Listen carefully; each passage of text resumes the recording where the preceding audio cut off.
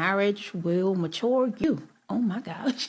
I think more than anything in life, it has matured me. And one of the things that I learned was to have a healthy comparison, in meaning honoring and seeing the distinction of the difference between my husband and I, right?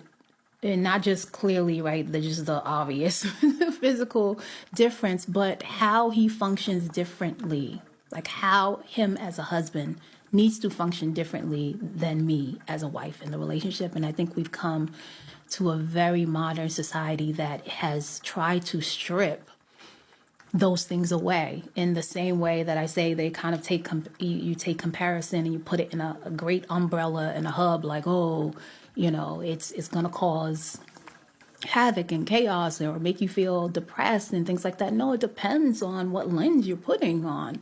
If you're on a team, I played a lot of sports in high school.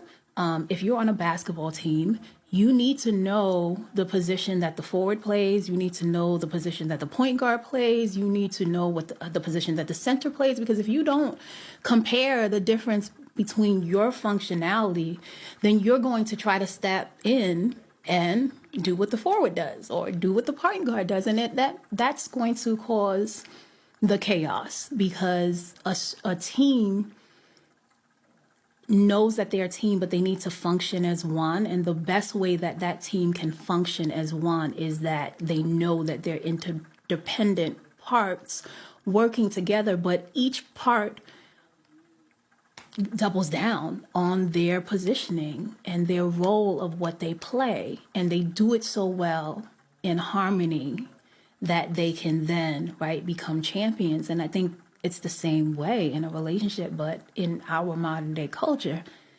they look at that like it's making women go back to the 1960s or something like that, when it actually, what's being put out today is causing more disharmony in relationships, and is not affording or really beneficial to women who really want relationships that or committed relationships that do last a lifetime. So that's one of the first greatest lessons that I had to learn to be able to stand in my position, and be anchored in my position as a wife.